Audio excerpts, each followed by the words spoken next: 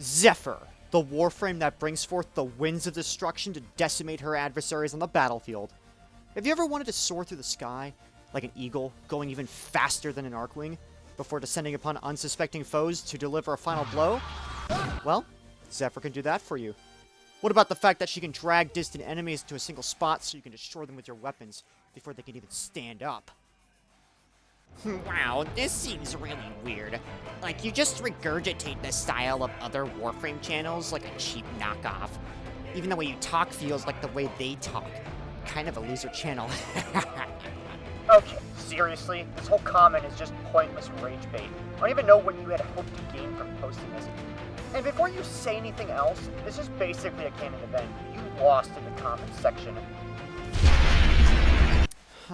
That's weird. My feed got interrupted for a moment by something.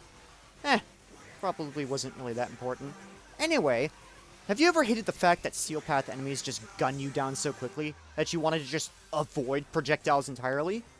What about sucking your enemies up into powerful tornadoes so you can dispose of them quickly? Well, Zephyr can do this, and more, with very little effort. So why don't we dive into the eye of the storm and brave the winds? So, you're probably wondering how to get Zephyr in the first place. Well, you could go to the market, spend your platinum on Zephyr, but that would be way too easy. You need to suffer first! Unlike most Warframes in, well, Warframe, you don't need to rely upon some random drop chance or fight a boss to get them. Instead, you can acquire Zephyr's components from a Tenno lab in a dojo, including her blueprint. If you're not already part of a Tenno clan, don't worry. They're always recruiting. And odds are, they actually have a Tenno lab built with the components researched. But if you want to for some reason feel the grind and lose sleep over cracking open relics, then Zephyr Prime would be your choice. Unfortunately, as of this video's posting, all of Zephyr Prime's relics have been vaulted. Yeah, so unless you have a bunch of those laying around, you won't be able to get her this way. That leaves the only other alternative of getting Zephyr Prime is by purchasing her from the Warframe Market website. It'll actually be cheaper to purchase a full Zephyr Prime set from the website than buying the non-primed variant from the in-game market anyway, so it's basically a win-win. Let's start off with her passives first, which are extremely straightforward. While airborne, Zephyr hits a no-gravity zone and takes longer to fall. Yeah, I said it was going to be straightforward. That's about as straightforward as I can make it. In addition to this, she has more maneuverability while falling compared to other Warframes. Now, at first glance, this might not seem as good of a passive as you'd think it is, but there's a second half to this. So while she's airborne, she gains a 150% crit chance bonus that additively stacks to existing crit chance mods on your weapons. Now, keep this in mind as we move on to her abilities, okay? Actually, there is one more thing that doesn't really count as a passive, but I thought it would be interesting to include this in here before I forgot. So, if you go into her Appearance tab, there's an additional config slot called Z. Now, if you press it, instead of it going to another Appearance selection tab, you get sent into a Zephyr Flappy Bird minigame. Yeah, that's apparently a thing. Most people probably don't even know that this exists to begin with. Her first ability, Tailwind. She'll dash forward using wind, propelling herself towards wherever your cursor is aimed. If you aim upward, she'll instead propel herself into the air. Yeah, she can fly. They fly now. And she'll go pretty far once the ability is activated. You can also indefinitely maintain air time by spamming Tailwind. Just keep in mind you also retain momentum during casting, meaning that changing direction becomes very difficult. If you aim downward, you'll perform a dive bomb, which will deal minor damage to nearby enemies and knock them down if they're able to be knocked down. Now, if you hold the ability while midair rather than tapping it, she'll instead enter into what I call Harrier jet mode. This effectively removes all momentum from her and sustains her current elevation. However, this will drain 5 energy per second. She can use her weapons, abilities, and even movement, albeit at a reduced rate, while in this state. Zephyr cannot replenish energy via abilities like Wellspring or mods like Energy Nexus, as her hover is considered a channeled ability at that point.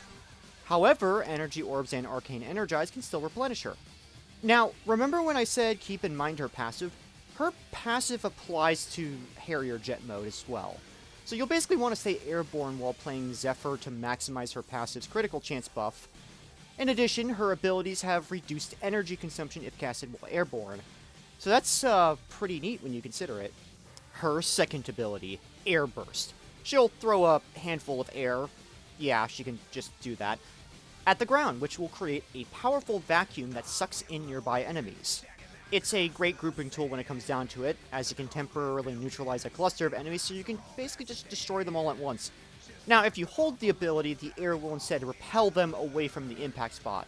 And I'll be honest, I wasn't even aware that this was a thing. If anything, the tap function has a better usefulness in combat for the reasons I mentioned above. The only way I can see somebody using the hold version is, I guess, if they're being, like, overwhelmed and want to knock the enemies back, I guess? Her third ability, Turbulence. She creates a wind barrier around herself that deflects projectiles. Yeah, that's it. That's basically what it does. It's arguably her second strongest ability in her kit, since it pretty much negates most, if not all, enemy ranged attacks. However, it's not invincible, as area effect attacks, such as like grenades, explosives, all that kind of stuff, and melee attacks will just bypass it. And more annoyingly, as I recently found out, a Jade Xmas unit's Jade Light will also bypass it, so keep that in mind when you see a Jade Light appearing over your head. You're not invincible. Her fourth ability, Tornado. Okay, wow, I'm starting to notice a pattern of generic naming for her abilities here. But that's probably something shared across most early Warframes. Anyway, she'll summon a set of 3 tornadoes, wherever you point the cursor at, which will instantly knock down and ragdoll nearby enemies, provided that they don't have an overguard. Should they possess an overguard, they'll instead be slowed. However, they'll still be affected by the damage distribution. Speaking of damage distribution, you can shoot the tornadoes. How about that? By doing this, you'll distribute your damage, critical hits, and status effects to all enemies affected by the tornado, with critical damage being multiplied by 2 times. This will effectively shred enemies faster than just shooting them, making this her strongest ability in her kit.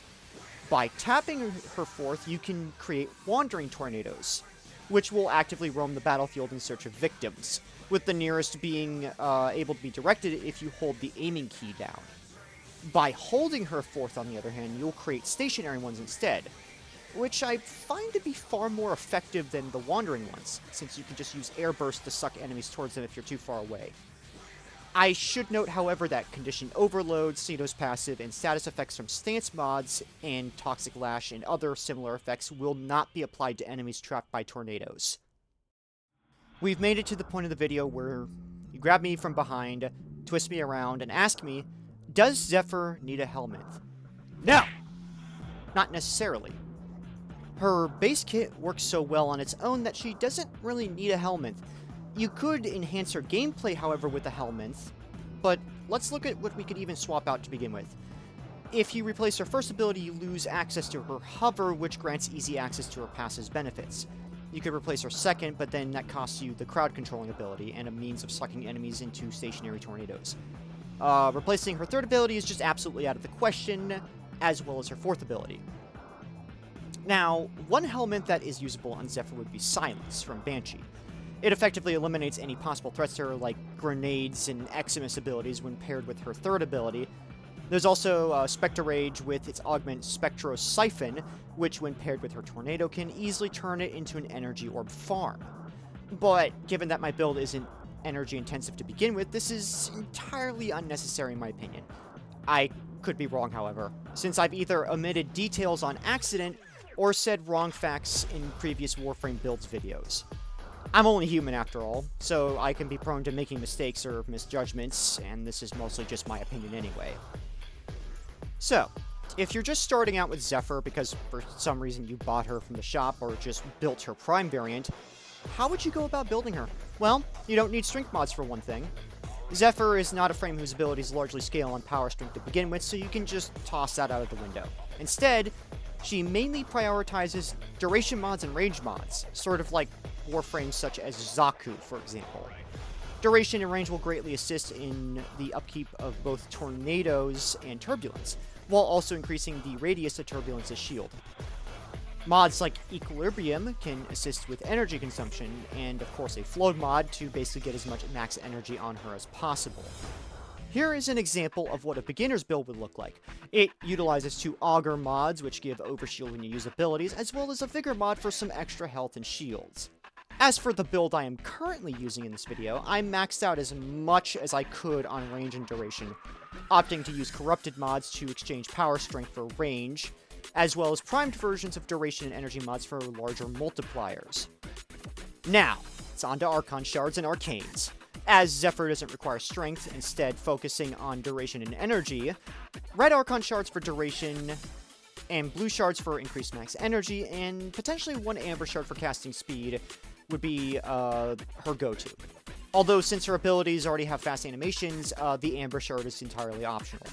Once again, I am not using Archon Shards on my Zephyr build, which demonstrates that without them she's still pretty powerful, at least in my opinion. As for Arcanes you'd want to use on her, Molt-Efficiency, which gives you up to 36% ability duration when your shields are full, is one of my first options. You can easily keep this duration bonus active at all times thanks to Turbulence deflecting most attacks away from you.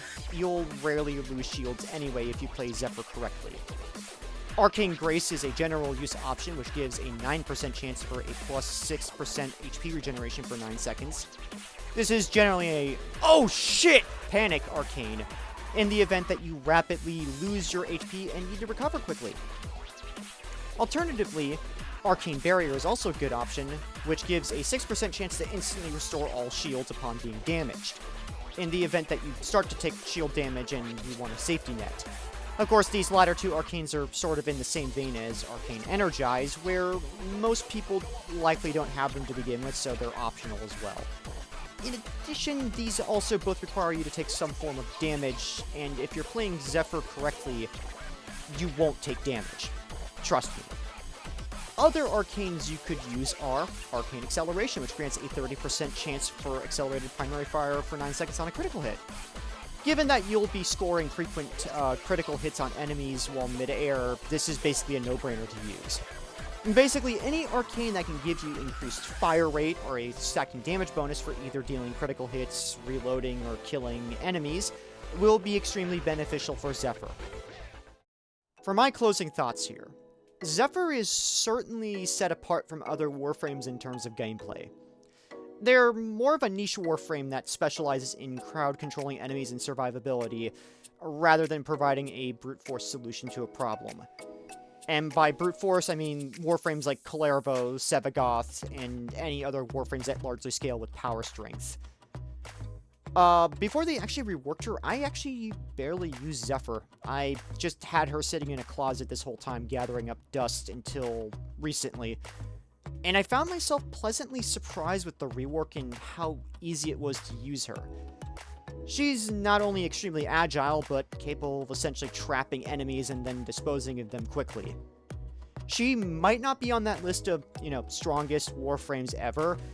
She can't nuke an entire tile set, but she can certainly suck up the entire tile set up into a massive tornado and then pick them off while remaining virtually untouchable.